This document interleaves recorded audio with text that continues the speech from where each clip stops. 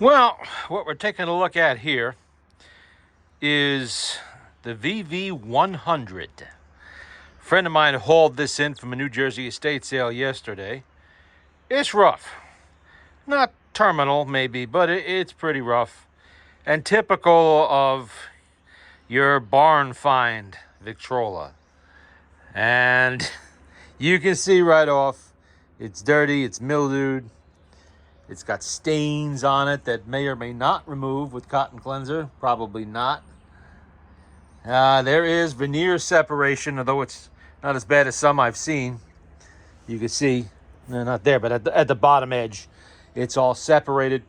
This is one of those 100s that has the sliders on the bottom instead of the casters, the wheels. And they were known for having the velvet wear off them and then start tearing up your wood floors. So best if you have a set of rollers you put on there, put them on. Or you don't plan to move this very much. And you can see it's lifting here at the top. This was a $50 machine. The seller at the estate sale, of course, started off with, well, I got to get $275 for that. And my buddy pointed out that it would take $800 of professional work, or $1,000 or $1,200, to return this to any semblance of, what it should look like if you wanted to display it. I mean, to make display, that's easy stuff. Just clean the motor, clean the springs, rebuild the reproducer, and your plan. That's it. That's all it takes to make one of these play. To make them look presentable, that's where the work comes in. You can see how it's separating over here. That needs a lot of gluing and clamping on this machine, a lot. I think most of that finish would probably come back with cotton cleanser. It's not overly alligatored that I can see, but it is definitely badly stained, and it's got, let me show you, a wood chip missing here in the back where it's not visible, so that's not horrible right there. You could blend that in easily enough, but here at the bottom down there, you can really see, look at that mildew. You can really see how that's starting to come loose. But that's all gluing and clamping stuff. And not very, if you're doing it yourself, not very expensive to fix, because what does a bottle of Elmer's wood glue cost? And if you have clamps already, you don't have to buy them. Even if you did have to buy some clamps, say 10 or 15 little clamps, we're talking less than $30 here, 40 at the tops. But the value wasn't there for $275. It just wasn't. I mean, even though all the parts are basically here, even the escutcheon for the key, it's in there. These floor models don't really bring that much when they're in nice shape. So trying to get that out of it when they're like this, that's not happening. They went back and forth for a while, and finally someone else came along and said, you know what? You want that? He actually, on my advice, offered $25. But the guy said, I can't do that. Will you give me 50? And he said, all right, I'll give you. He called me and I okayed it to the 50. The reproducer's worth that on eBay. A number 2 reproducer is easily, $50 with the shipping, needing to be rebuilt. So you figure $110, $115 rebuilt. I do that work myself, so that's not a big deal for me. And then, of course, the first older guy came along who had told him a $275. No. That's, you got to get more than that. Oh, that's worth $1 million. I saw it on eBay. Somebody was wanting $500. Yeah. Where eBay, well, you could ask anything you want on eBay. Never use eBay auctions as a price guide unless they are the sold listings. You have to select that. In the filters, you have to select sold listings only. Then they will show you what people actually paid for these in eBay auctions. That gives you a better idea, at least somewhat of an idea. Doesn't give you, local areas going to have different prices and such, but it'll give you an idea. Well, that's what this guy was doing. He was going to the unsold stuff. Guy wants $500 for that. Must be worth $1 million. Yeah, okay. It's not. So this turned into a little bit of an argument. This was already loaded in my friend's car, and he paid for it. Multiple witnesses saw him pay for it, and this guy started accusing him of stealing it. And, of course, being the way he is, he got righteously pissed. And this ended up going back and forth, and finally he just said, you know what? F you, and he left. That's it. He had enough. And everybody was apologizing for the behavior of this particular individual who was making a fuss. Maybe the guy wanted it for himself, was hoping it wouldn't sell. Who knows? These things are not rare. The VV-100 is actually the replacement for the old Victrola 11 that went from 1911 to 1920. In 1921, Victor kind of revamped their product line, and they went away from the Roman numerals, went to Arabic numbers. That's when you start seeing the 80, the 90, the 100, the 110, and so on. There were three machines, basically, almost identical, really. Slight difference between them. That was the 80, the 90, and the 100. And this is the latest version of the... No, it's not the latest version. The latest version was ugly. This is the 1923 version. The 21 version had a slightly smaller horn, and it didn't have the carved posts, which fortunately on this machine are actually in good shape. It had a plain cabinet, and it had slightly smaller horn. In late 22, they enlarged the horn a little bit, and in late 23 into 1924, the last year of production, they enlarged the horn again so that you have this situation where the horn doors actually are much larger. They take up the whole space here. You don't see this down here. And kind of looks weird. It looks a little bit unbalanced. You know, it just aesthetically is not as pleasing as this machine. But these are like the 11 before them. These were very common, and you could pick them up pretty much anywhere in the country. Average cost of a decent looking one is going to be around $200 to $225.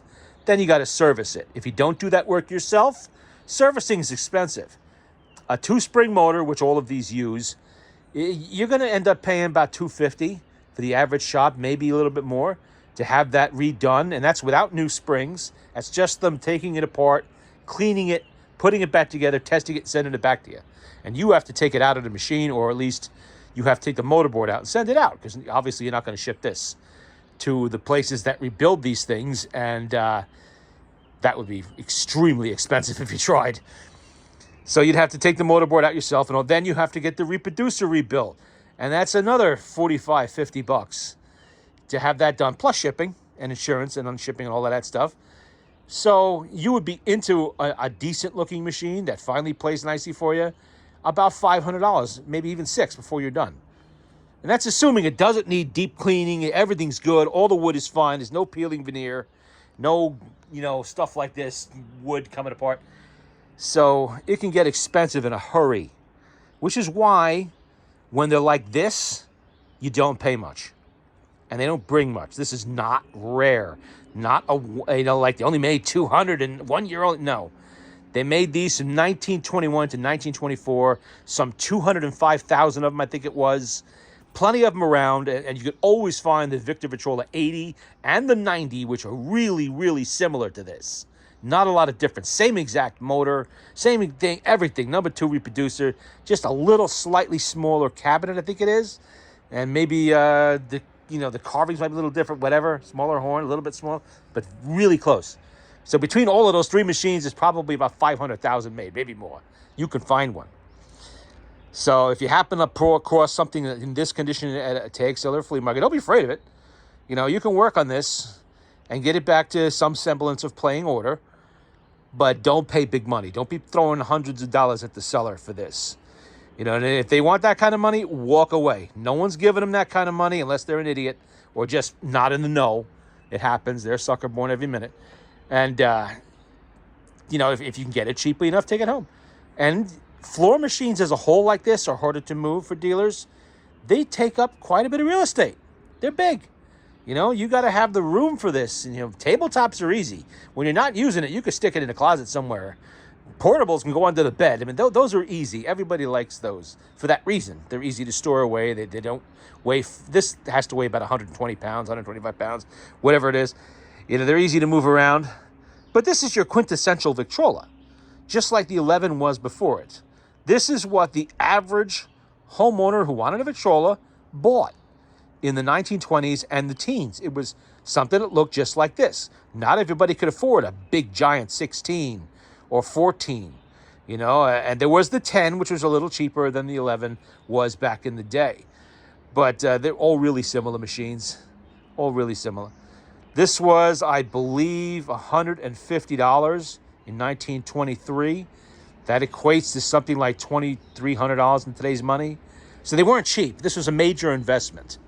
You know, definitely a major. Think like that would be more expensive than a new iPhone. You know, so pretty expensive.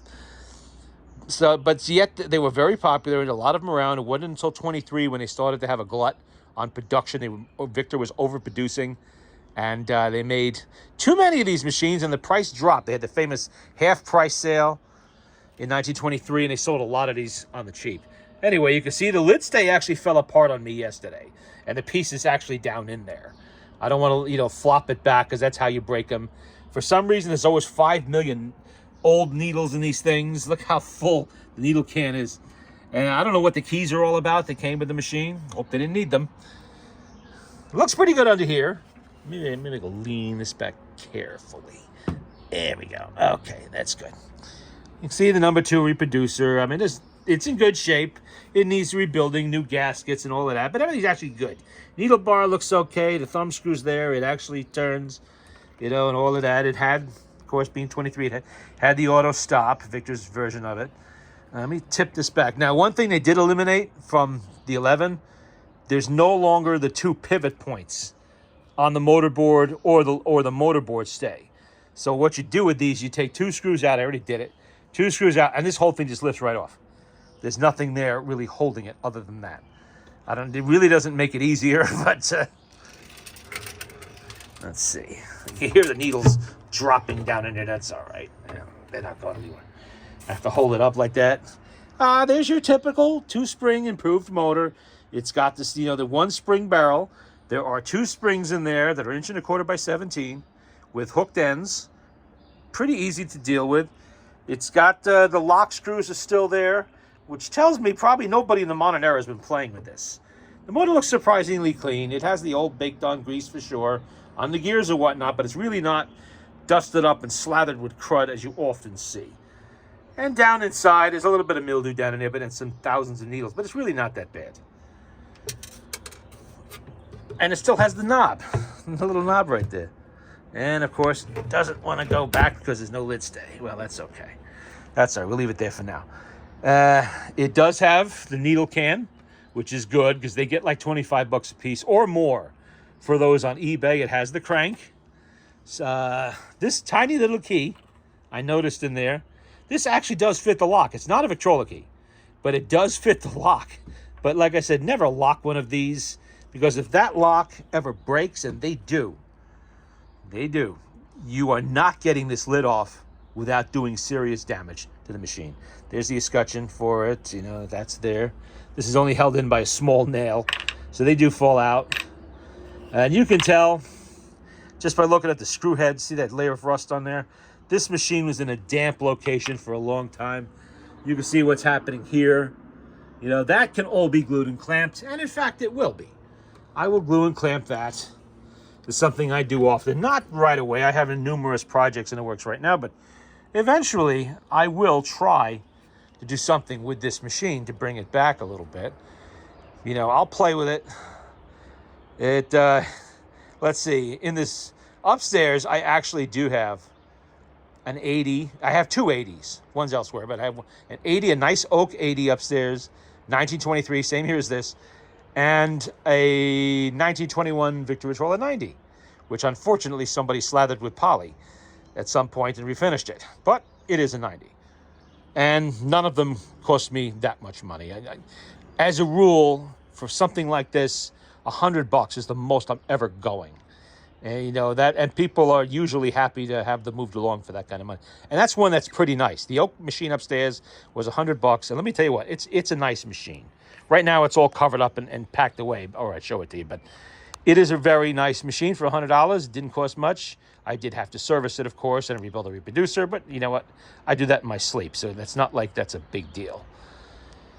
We'll do what we can. I hate to see these machines go to waste and be abused and thrown away. I don't need to scrap it for parts because I have lots and lots of 2-spring motors and cranks and knobs and all the other stuff. I don't need to strip this for parts that absolutely don't need. None of my other machines need parts from this. So I can play with it. Maybe I'll make another zombie Victrola if I can't really bring the finish back, you know. People are usually amazed when they see a machine in this condition. All of a sudden, it plays beautifully. Did get a stack of records from the same estate sale. I think it was like 50 records for, I don't know, 12 or 14 bucks, something like that. Didn't cost very much, and a lot of jazz in there. So I'm going to have a good time going through that, and you'll see those records used in machine tests in future videos. But there you go. That's the Victrola 100 in as-found condition. Typical. If anybody that's been in this game for a while has seen plenty of machines just like this at flea markets, estate sales, tag sales, in just this condition. And you always kind of wonder what the sellers are thinking. I mean, how lazy are you that you can't take a rag and a bottle of Pledge or something and just go over it to remove the filth, to make it a little bit more presentable to your buyers? If you're asking ridiculous money, try to make it look good. You know, at least you're not going to make it play, really, but you could at least make it look better without all that disgusting mold on there. You know, it's mildew. It's not mold, but it's not going to kill you. It's not Black Death mold. It's just mildew. Although some people do have sensitivity to that also. You can make an effort, but I find often at these estate sales, they just don't care. A company is hired to come in and run them and just get everything out of the house, clean everything out so we can sell Grandpa's house and use the money for a vacation to Cancun or whatever. They don't care. Except this one old fella at this one who probably wanted this machine and didn't want it to sell. So he was pricing it extremely high to anybody who asked. But the guy running the sale wanted it moved, and he said, 50 bucks is fine. You're willing to take this out of here in the back of a Volkswagen Taos or whatever that thing he drives? You know, okay. You know, there's no joke getting this in and out of that car. I didn't show you inside the drawer. The doors they have some peeling on them too.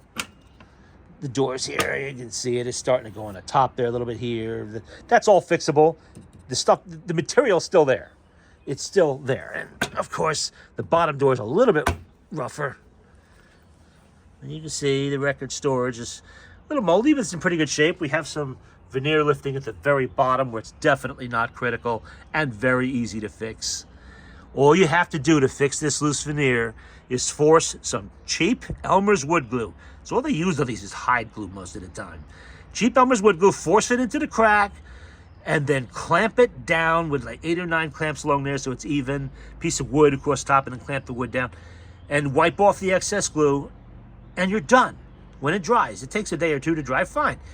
Very easy to do, and if you make a mess with the glue, it's Elmer's glue. Remember, you used to use that stuff in grade school? Put it on your fingers to make them all wrinkly? It comes off with water. That's it. You know, don't use super glues and all this other stuff that's permanent. Use the Elmer's. It's what's supposed to be there. It works really well. And try to stick with the wood glue, because it is formulated for wood specifically. Any Home Depot or Lowe's in the country, your local hardware store will have it. You know, it's a hide glue. Use that. If you make a mess, it wipes right off. And you have plenty of time to work with it, because it doesn't dry very quickly. You know, it's water-based. It takes its time to dry, and when it does, it's pretty well permanent. I mean, this machine is 100 years old. Exactly 100 years old. And only now we're seeing a little bit of veneer lifting. The whole machine isn't peeled apart. You know, it's just here and there because it was stored in a damp. In fact, when he found it, this machine was actually outside. But it had been under a carport or something like that, so it wasn't getting soaked in rain, but you know what I'm talking about. Yeah, it's very easy to fix that kind of thing. Don't ever be afraid of you know, this. You see how it's lifting there at the bottom? That is gluable. I'll take the door off the hinges. I'll clamp that down, and it's going to be just like new. It'll be fine. You know, don't ever be afraid of a machine, because it's only a problem when the veneer has peeled entirely off and it's missing. Now you have to try to match it, or you have to re-veneer everything. Forget it. At that point, you might as well take a magic marker and just color in the missing spots. You know, not everybody has, you know, this dark mahogany finish veneer hanging around. And that's what this is, by the way. This is one of the darker finishes. You know, this was popular by the late teens into the 1920s, that very dark mahogany look. And a lot of the machines I find, tabletops and whatnot, like the Victrola 9, they're in this particular color. This is not red mahogany. This is one of the darker shades. I forget what they call it. Fumed mahogany, maybe, or whatever. But you see this a lot. So this is not all age darkening this. Yes, it will lighten up considerably once it's been cleaned. But for the most part, that's not age doing that. Let me show you under the lid again. You see how dark that is? Under the lid, you can always tell. This has been closed up, so it really hasn't aged like the outside has. That's dark. It's got reddish hints, but it's dark. Okay. There's your preliminary look at the Victrola 100. Oh, yeah, I didn't show you the ID plate. I knew there was something. Let's move all that junk out of the way. There we go. 154450 Victrola 100.